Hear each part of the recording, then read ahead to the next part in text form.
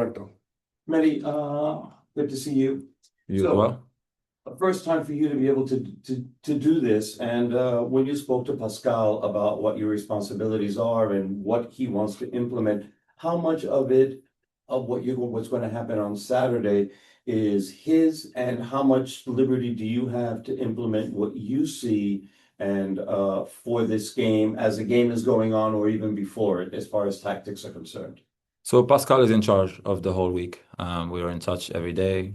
He's able to watch the sessions. We're in video calls with the whole coaching staff. So the preparation is no different than what we've been doing. And there's nothing that is me making anything that is different than what I've been doing. So I'm doing the same exact job I've been doing since Pascal was here, and that will continue when Pascal is back.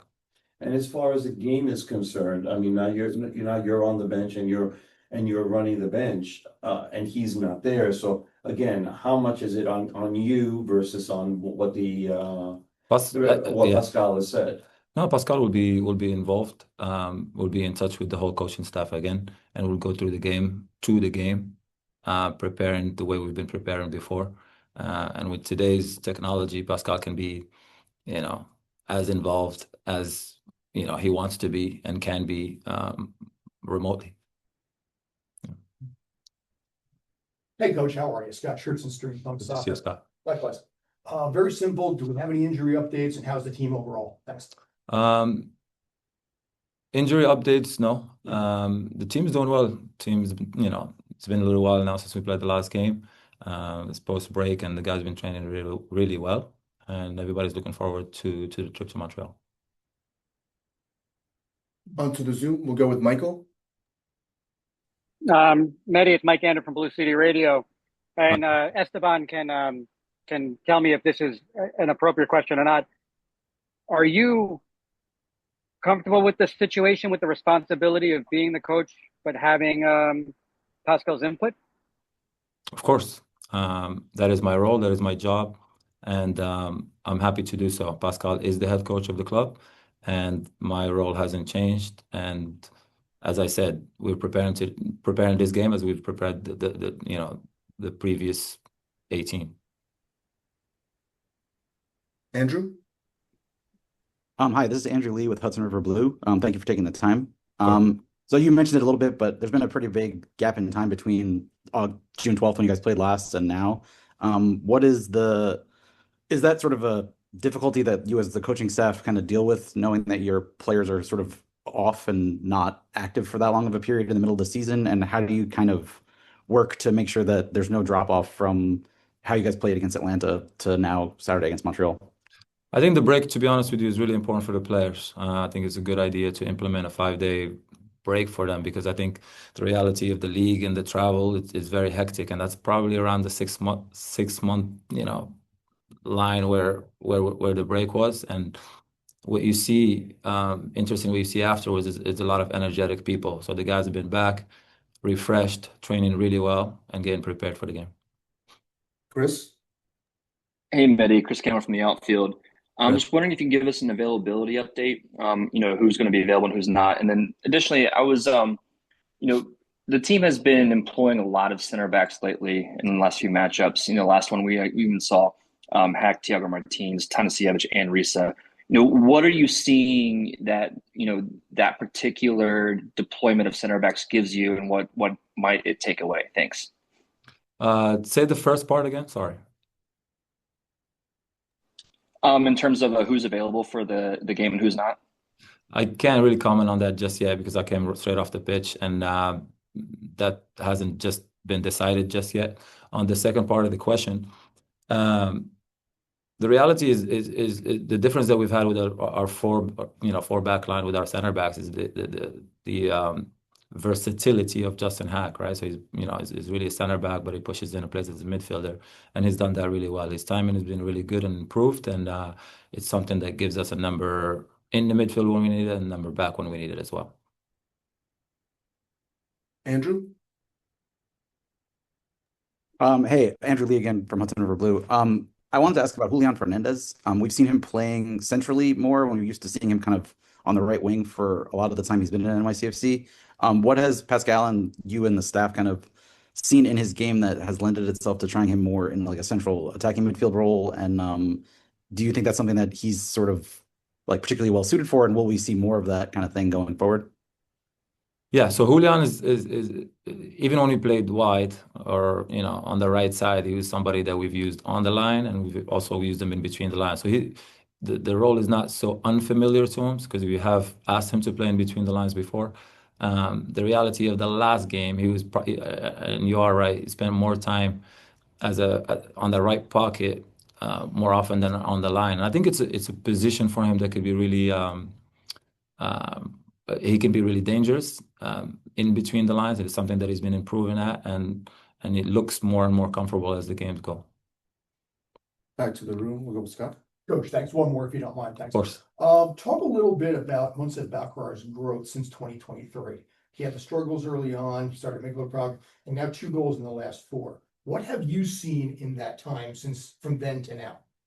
I think the one thing about Mounsef is his work rate that hasn't changed from the day he was here. That never changed, and it gives a lot of energy to the group, and people love him for it. The things he improved, and even if you ask him, he's added more things to his game, right? So when he first got here, he was somebody that can attack the spaces, and he can do it and redo it and redo it, and he was a handful doing that. Now he still has that piece of that part of the game. And you can see he's added link up play. His movement is smarter. He's gotten a little bit better inside the box. And like you said, the last 2 games is been fantastic for us in terms of coming in and changing the course of the play. Hannes Wolf, obviously 4 goals, last 2 games, 6 goals already so far this season. What has been the change in him that you can see and that has made him a much more effective goal scorer now? To be honest with you, Hannes was arrived into chances. If you talk even last year, he didn't have the numbers that he does have this season, but he's more clinical. He's arriving to moments. His timing is better in and around the box when he arrives, and he's more clinical, so it makes him more productive for us. I think the other piece that we need to give Hannes is his work out of possession as well. The role he plays for the team when we do need him to, whether that's high pressing, whether that's dropping to make the 5, and I think somebody that can do both, and it's been really impressive to see him do both sides of the ball. Back to the Zoom. We'll go with Michael. Mehdi, thanks again for the time. Awesome. You had a long career in MLS. Can you talk about the differences, how you see the league, especially a team like Montreal versus how Pascal does, being that he's still getting used to the league? I wouldn't say it's still getting used to the league. I think Pascal spends a lot of time watching games, studying the oppositions, watching our game, trying to improve it. So I would say that he's very familiar with the league, more familiar than we probably think on the outside, because we automatically think, I think with the people that work in the league, that's a foreign coach and it's just totally different. Yeah, it is different in the beginning, but I think people adapt and they can adapt really quickly. The league, as you know, is the things that people are not used to. Of course, the travel, the home and away matches can be very different. It can be open at times, very transitional. So all these things that maybe they don't have as much of in Europe that have been constant in our league. Chris. And Chris Cameron from the outfield once again. I know you mentioned Pascal is still in charge throughout this whole process, but you will be the man on the sideline managing the match. Joining the ranks of Frank Lampard, Andrea Pirlo, and Andoni Iraola as former NYCFC players to have managed a match. What are you expecting this to mean to you and your feelings come Saturday? Thanks. It's a good question. To be honest, I haven't put a lot of thought into that. I think maybe post game I can reflect and see what I get out of it as a coach, as a human being. But I've kind of been on task, and it's about doing the task in hand and from one thing to the other, and making sure that the preparation is right, making sure that the staff is right, making sure that the group is right. So I haven't had time to reflect on that, but I think that's something that maybe post game I could look back and see what I got out of it.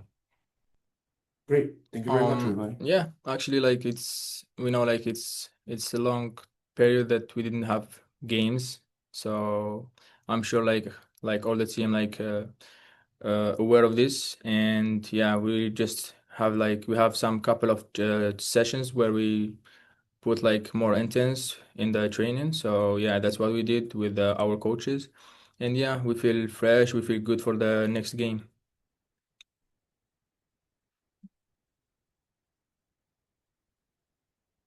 Anyone on Zoom? Go ahead, Andrew. Hi, this is Andrew Lee with Hudson River Blue. With Alonso Martinez away on national team duty, do you feel any sort of added like pressure to produce while you're getting this opportunity to maybe start more or just be in the starting 11 more frequently than you might have been earlier in the season? And do you think that that's sort of like helped you in the fact that you scored against Atlanta, knowing that you have this sort of opportunity in front of you? Yeah, actually, like it's not just about Alonso or something. Like where the teams needs me, I'm gonna be. I have to be ready and everything. So yeah, it's a good opportunity for me to be ready for the next games. Like I played the last game, which I scored 1 goal, and I helped my team, and hopefully I do the same for the next game. And we're gonna just keep focusing on the games no matter what. So yeah.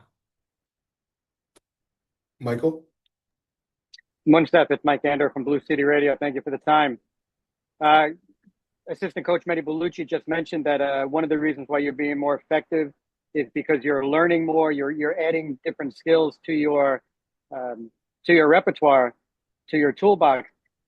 Can you talk about where you're getting that education from? Are you studying film? Are you getting direct help from the coaches, or how are you getting that? How are you growing your repertoire? Yeah, of course. Like always, I appreciate the coaches what they are doing for me.